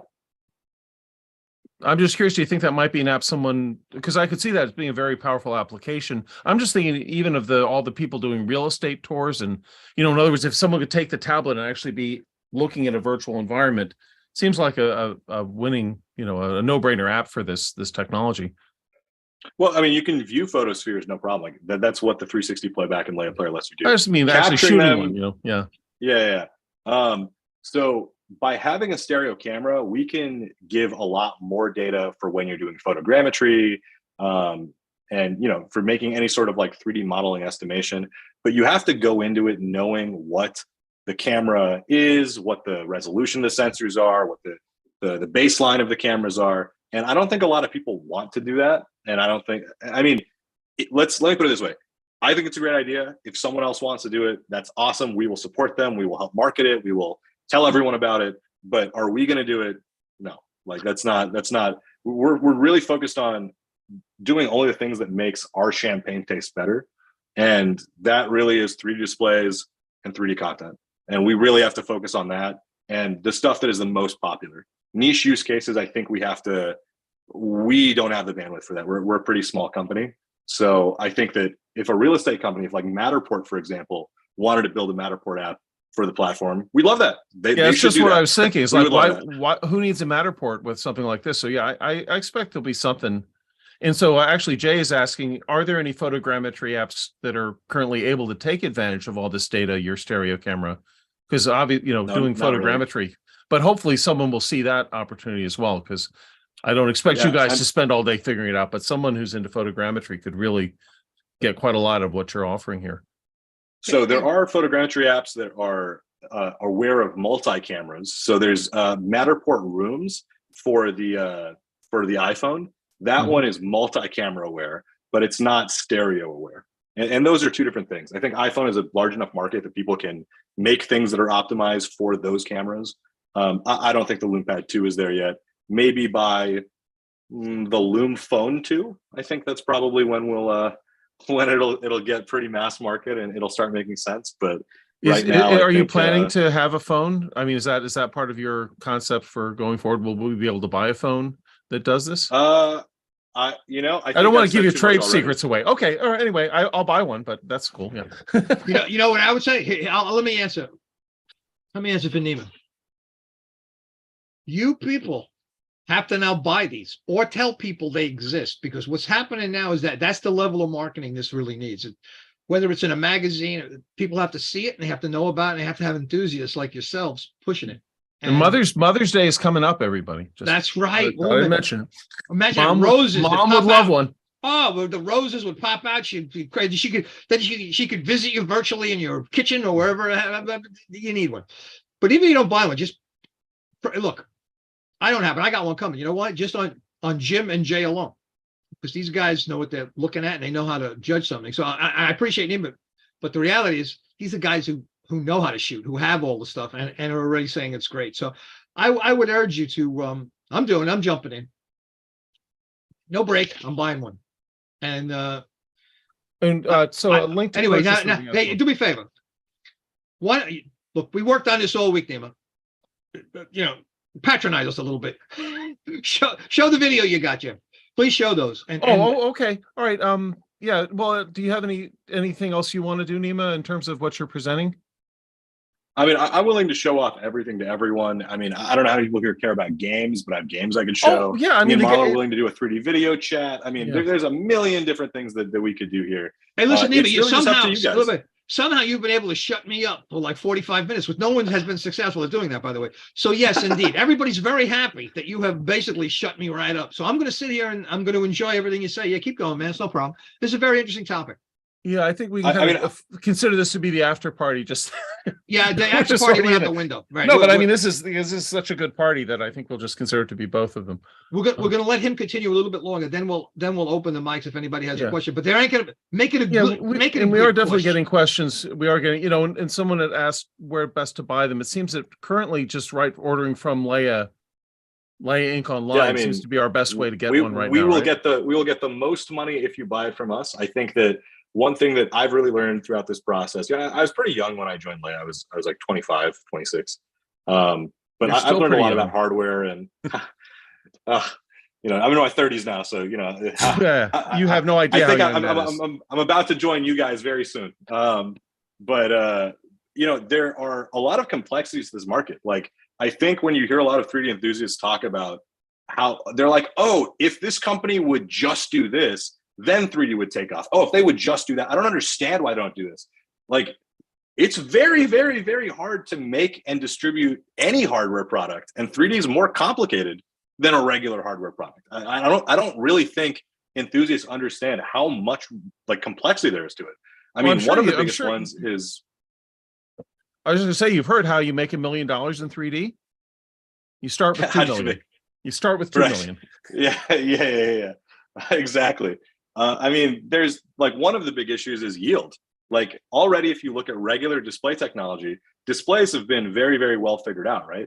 But the yield for those is not, perfect. Like, it's anywhere from, depending on what maturity it is, anywhere from 40% yield, if it's like a brand new OLED panel display, up to maybe 80-90% at the very, very top end. The yield's still not going to be perfect on those. Now, the yield for 3D technology is anywhere from for our platforms that we have super figured out, maybe it's in the 75%. There's still 25% you have to throw out. Now, the bigger problem is you have to bond those together. So imagine that is you've got the yield issues on one side and the yield issues on the other side. Then you have to multiply those yield issues together to get the actual panels that actually work. This is the exact problem with all 3D devices. And that happens on The camera, so basically when you have to do the stereo cameras together and make sure they're perfectly aligned, that has massive yield issues. And then you have the exact same problem with displays. And then you have all the yield issues with, for example, the price gets passed on to us. For example, Qualcomm, when they make their chips, they're not perfect at it either, but they basically make us have to pay for all of their failures when we buy a good one. So that price gets baked into it. And so 3D ends up being significantly more expensive and more complicated just due to that. Then you get into the retail issues. I mean, I wish I could tell you that someone from Best Buy is going to look at my device and say, this is the best device ever. I want it at the front of every Best Buy store. Believe it or not, they did say that. They did say this is the best device ever, one at the front of every Best Buy store. But you would not believe how much a retailer wants us to pay them to be able to do that deal. Like even being able to be given that deal, you have to have a good product. But then once you have that, then you have to pay them, if you want to be around the country, millions of dollars a month, actually, to be able to be in all the stores in front of everything. So, I'm not going to talk about specifics for different retailers, but it's incredibly difficult to make a successful 3D product. And I think we're going the right direction, but I don't know if I don't know how long it's going to take until we're mass market and we're able to go toe to toe with. What's the difference between a Nubia pad and the? Yeah, we get a lot of questions about that. I guess is it possible to order the Nubia in the US, or do you then get into issues of not having compatible software or connection or? No, so I'll tell you what the differences are. They are the exact same product on the inside. On the outside chassis, there's a different logo on the back. So on theirs it says Nubia and then lit by Leia. On ours it just has the Leia logo, nothing else. And then the box it comes in, that's different. So the packaging is different. And then who you buy it from is different. So if you buy it from ZTE, you have to do warranty and customer service through ZTE. If you buy it from Leia, you do warranty and customer service through Leia. Besides that, they're identical. There's no software differences. Now, LeiaFlix only works in the US, but if you have a Nubia Pad 3D and you bring the Nubia Pad to the US, LeiaFlix will work here. If you take a LoomPad 2 outside of the country, LeiaFlix will no longer work. So the software is exactly the same. That's probably a 20-minute explanation in and of itself. Why it's limited in those areas, but that's all politics. So. Yeah, I mean, ignoring the politics, the more specific difference is just that ZTE licensed it from us to sell internationally. So ignore why they want to do that and not do it in the US, all that kind of stuff. But it's like they pay us to sell it outside the country. We think that's great. That takes the international distribution out of our hands. So now all we got to do is focus on the US, which is why we're going to great partners like B&H who made things easy for us. They saw it, they loved it. They're like, we want to sell this. And this is the kind of partnerships we want to have. If there were like smaller camera shops that sold 3D cameras, we would love them to put a LoomPad 2 right next to the rest of the cameras. Anyone who wants to spread the love is something that we want to work with. Do you anticipate marketing it as a camera? Just because I can see it as being very powerful as that, and that also gets to. You'd mentioned that you're hoping at some point to be able to while you're shooting to see 3D. I understand the limitations of it, but in terms of selling it to someone who doesn't know what you're dealing with, I see it as being very compelling to be able to actually see it in 3D as you're shooting in 3D. So I've actually always wanted us to make a camera. For various reasons, we don't make cameras. I think the biggest issue is that even for people who love our camera, including myself, you don't want to carry a 12-inch tablet around to shake pictures. It's just too big. It's unwieldy. My 84-year-old mom takes all her pictures on her iPad. I mean, I understand what you're saying, but it's actually there's quite a lot. You see quite a lot of people out there shooting with iPads. So it's maybe not as insane as it sounds initially. But you do make an interesting point. But the point, I think, if you look a little closer, it's very many people are out there shooting photos on their iPad. Not on their tablet. You don't see people with Samsung tablets out and about. It's a very specific market. It's usually older people, and it's specifically iPad. It is not a. They don't use other devices for that use case. So I think that's pretty specific. Let me go answer a couple of these questions super quick. So Robert asked, why does Leia Pixon Loom 2 not work outside the USA? It's LeiaFlix. So it's renting movies. Leia Pix works worldwide. That's not there's no issue with Leia Pix. Leia Flix is our movie rental service. And it doesn't work, not because of ZTE, but because of the Hollywood movie studios. It's actually, I mean, this is also part of the hard problem.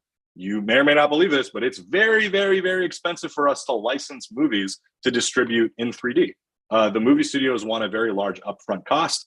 I don't think it's I don't think it's uncouth for me to say this. We lose money providing this service.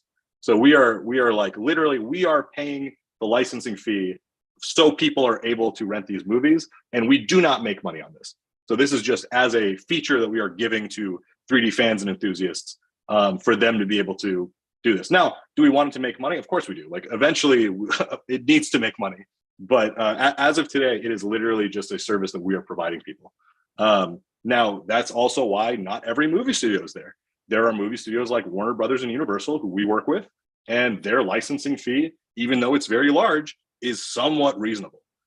If you go talk to Disney, their licensing fee is not reasonable. It is insanely, insanely high and doesn't make any sense unless you're, I don't know, like maybe Facebook for Oculus. I know that they, for a year or two, were able to offer 3D movies, but even they stopped doing it because it's just money loss for them. Like you need to have an insane amount of users who are buying for it to make sense. That's why iTunes is able to do it, because on Apple devices, they do have enough users where, yeah, that upfront cost is not a big deal, but we don't. So, and plus, it's not a surprise to me. I know most of you, even if you get the Loompad 2, you're going to be pirating your movies. Let's be real, either pirating it or ripping your Blu-rays. So it's not like people are going to be dying to rent movies and pay money for that. So there's a lot of complexity there. But yeah, it really comes down to Hollywood licensing. It's a complicated problem. B&H, yes. It'd be great if we were in schools. We have educational apps. We have one called Mosaic. It's very, very, very good. They're a great educational partner. How much of a hassle is customer service for 3D? It's a huge, huge hassle. It's a massive hassle. So if you're dealing with like regular people who don't know much about 3D, their expectations are all out of whack. It's too complicated for them. And this is after we dumb it down and make it as easy as possible. It's still very complicated for people. One of the other issues is that a lot of people, they just like are blaming us for like Android. Like they'll just say things where I'm just like, that's just how Android works. They're like, you should have made your product better. It's like, how? That's how Android works. I don't know how, I don't know what to tell you. Like we can't change it. So that's definitely a problem.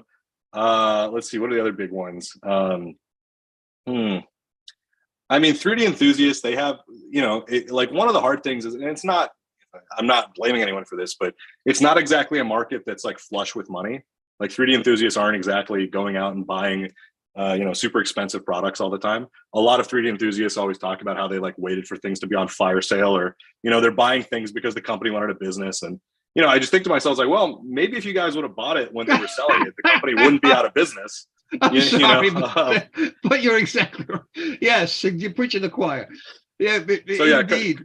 You were so honest and genuine that it speaks well for the product, because you were just so honest and genuine. Thank you for bringing that all up, because it's true. And like I say, I learned early on in my life, probably about 12 or 13, this has been implanted in my head. Critics are legless men who teach running. And that's stuck with me my whole life. So indeed, you could criticize the stuff all you want, but the reality is waiting for the next version. Pretty soon your version wears out, pal. Your version is gone. So it might be wise along the way to do things that bring you joy, however that works. And certainly in Definitely. 3D, why are we in it? But for the joy of it, because whether you see a 2D or a 3D picture, there's certainly joy in a 2D one, but there's more joy 4 times the joy in a 2D picture, in a 3D. You have been so generous, man. Hey, Jim, do me a favor. We're going to run this so people can get an idea of what it really looks like. Well, sure, yeah. And the one, the one thing is, this is probably the only place you'll ever have this experience, Nima, is that our audience is used to seeing things stereoscopically. So we're all cringing every time you show us something in 2D. So I'll probably be embarrassed, but you probably don't have angle glasses on hand. So what I'm doing is going to make no sense. I do.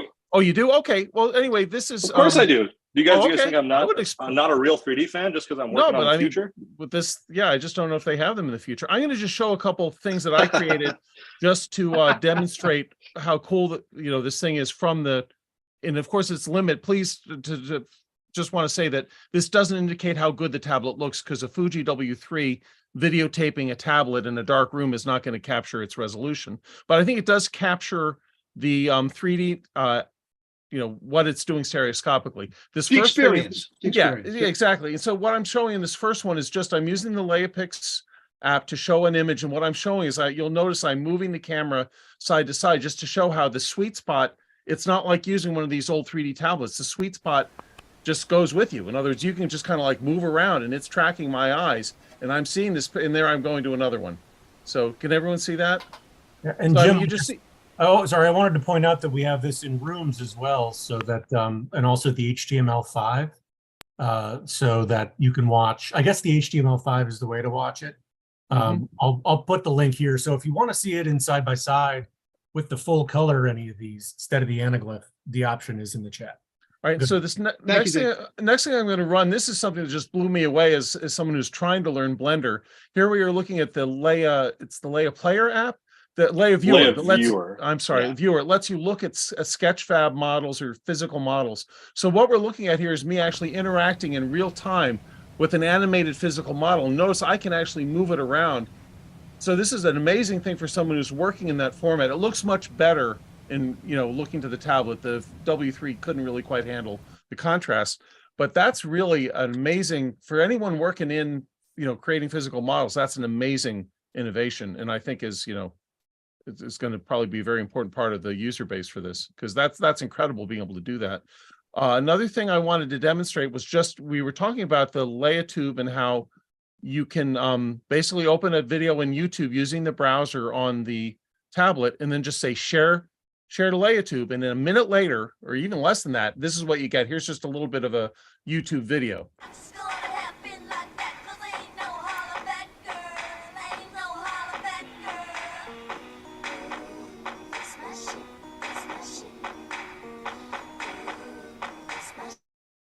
And you can see I deliberately picked something that had lots and lots of fast cuts. In other words, just to show that this thing is not glitching, because when Stefani's cutting from one scene to another, it really, that looks to me like someone shot that video in 3D.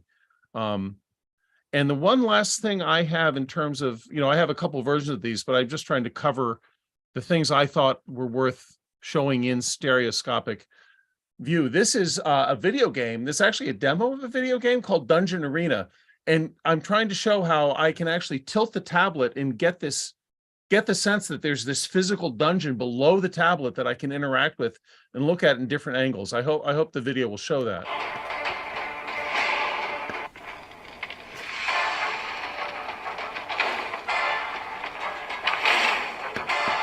I really suck at this game, but so I mean, you can see that I hope that conveyed just the fact that you're looking at this tablet and it's like this dungeon is sunk in there. You can move the tablet around, and you really feel like there's a physical, it's so much different from just what the old 3D video games that we've seen from Nintendo. It's really more like a physical modeled 3D game. So anyway, that's pretty much what I had in terms of showing videos. They don't do justice to the quality of the display, but I hope the 3D, the stereoscopic nature of the videos was of some value to our viewers. Coming from you, it is. Yeah. Because you're trying to impart that experience, and I know if you're seeing it, that was fine. But I think that was a great example of the experience. There's no doubt about it. Thank you for doing that, Jim. That was that worked for me. The one that I like a whole lot is in the links where I don't remember which. I think it's the Bloom OBJ. Oh, okay. Yeah, you want me to put one of those? Yeah. Do it. Like Luna Object 1, or the one where it spins around. It's the one where you're moving the tablet around, because it shows that there's no like you're not getting out of the sweet spot ever. Yeah. Well, I did two of them with the LeiaPix where I just was moving it. I was handheld. Well, they're so short that I'll just pop this one up. Yeah, and tell pop you it this in, is man. the one you met. And it is amazing, because Oh, there's always been a thing where you show someone pictures in 3D, and they get them pseudo if they move around. But this, you can see, I'm just moving my camera around, and I'm seeing a stereoscopic image the whole time, and it's not popping into pseudo. It's not doing all that crazy stuff. It's like it's just there. And then I went to another one. I don't know if that's the one. Was that the one you meant, Dave? Or Here, I'll just. or if you can share, right? If you can share, go ahead and do from your end. Yeah, let me jump in and share mine. Can you see my Loom? Yeah. Okay. Let's see. Oh, it's not that one. It's this first one, I think. And let's do side by side instead. So I think this is the one where you move the pad around and like up and down, and it shows that you're never getting any bad spot. And you're also really seeing this thing as a physical object, and you're seeing it's just floating inside the tablet is the object that you've modeled. Yeah, it's going down there. And so I'll let you show you. But so really, you got the face tracking, right? And so you see a little around like a solid object. So if you only had one eye, I know, please. You can obviously still get. Oh, well, yeah. I mean, that's a good point, is that even beyond just a stereoscopic miracle, just the fact that you're looking at a physical model and you're able to sense the depth of it. Even it's almost like the stereoscopic view is an icing on the cake, but it's pretty amazing just that you're looking at your model and you're turning it around and seeing, it's very tricky. It's very frustrating for me as a pretty new user of Unity and Blender and these things. It's very frustrating looking at a 2D screen of a 3D thing you've created and trying to understand what it is. And that actually, we have had a question, can we use this as a 3D display? Is there any way to have this showing my computer if I'm doing it, working in a 3D software such as Unity or Blender? Would there be any way for me to have this thing showing that using its technology? Yeah, so we've had that in the past. It was called Unity Remote, or I guess we call it Leia Remote, which was built on top of Unity Remote. Features like that are coming again. So we have to rebuild them for the new hardware platform. So it's actually possible on the LoomPad 1, you could do that, right? On the first one. So actually, if you can still do it right now. Find a LoomPad 1, good luck. You'd be able to pull it. But so you are looking at extending that capability, because you can definitely see how much guys like me would love that, because it like hurts my heart to be working in Unity on a 3D thing and seeing it in 2D. It's like, I hate this. I don't understand what I'm doing. I literally can't understand what my model is. Well, totally. You were good. If no one has any other good, Dave, you want to thank you for showing up. Hope everything went well today. Thank you, Mr. Camo. Do you have any other questions that you'd like to go over? Because we normally like to finish by 4:30, but this is such an interesting thing, and we got 50 more people hanging around. So I have a question. Oh, please, Herb. Okay, so Nima, this is very exciting. I already have a LoomPad 1. I'm saying, gee, I really ought to buy a LoomPad 2.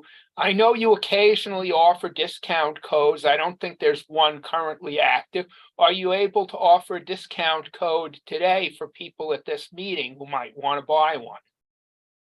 Yeah, so I asked yesterday. I got a pretty positive response, but we weren't able to work something out by the meeting.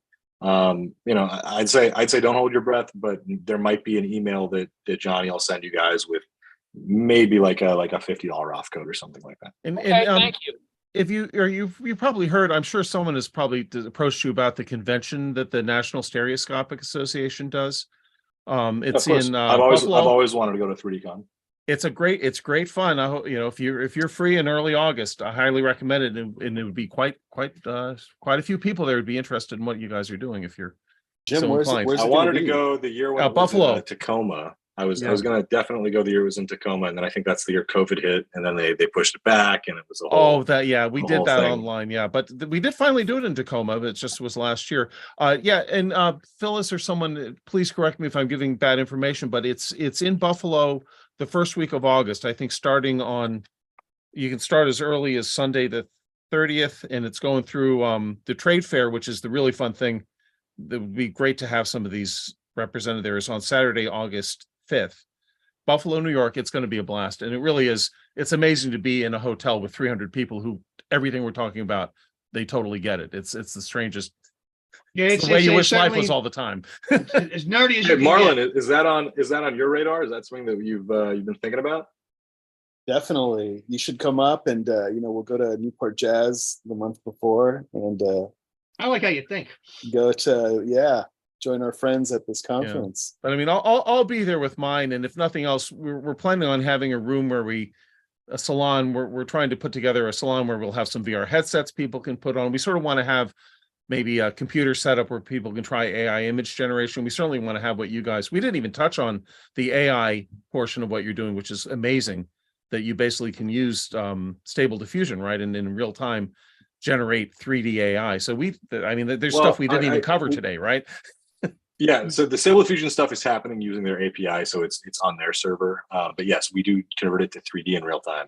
There is a lot more to talk about, of course. Yeah, man, you are great. but- We got to have you return because normally, I'm telling you, we finish at 4:30. It's very rare we go this far. We normally go into the after party, but it's a very interesting topic, man. You really brought up a lot of good stuff, and you're a very good communicator. Well, I'm on Twitter, and I'm always very excited to drum up conversation there. So if any of you guys ever have questions, just tag me on Twitter. It's just my full name at Nima Zegami. I'll put that in the chat. I'll answer whatever question you want, and I'll do it publicly so everyone else gets the exact same benefit that you do from asking it. I want to make sure we have an open conversation. The most important thing for me is I want to know what you guys want. I want to know what the people using 3D want, because we want to deliver on that. It's not enough for us to just put a product out there that sells. The important thing is we put a product out there that makes the world better.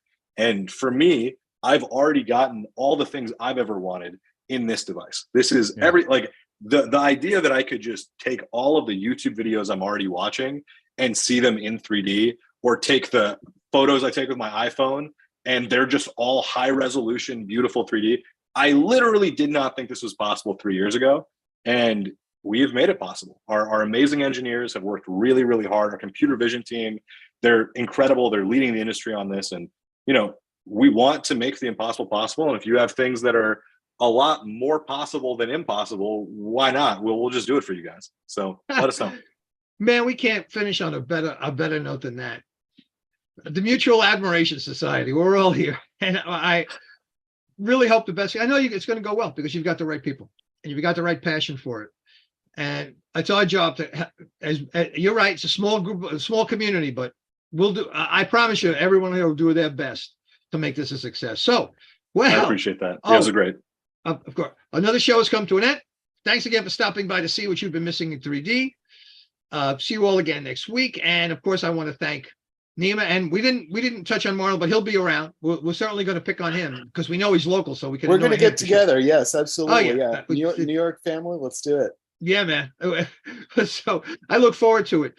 Thank you guys thank you all for coming by to see what you've been missing in 3D. See you again next week.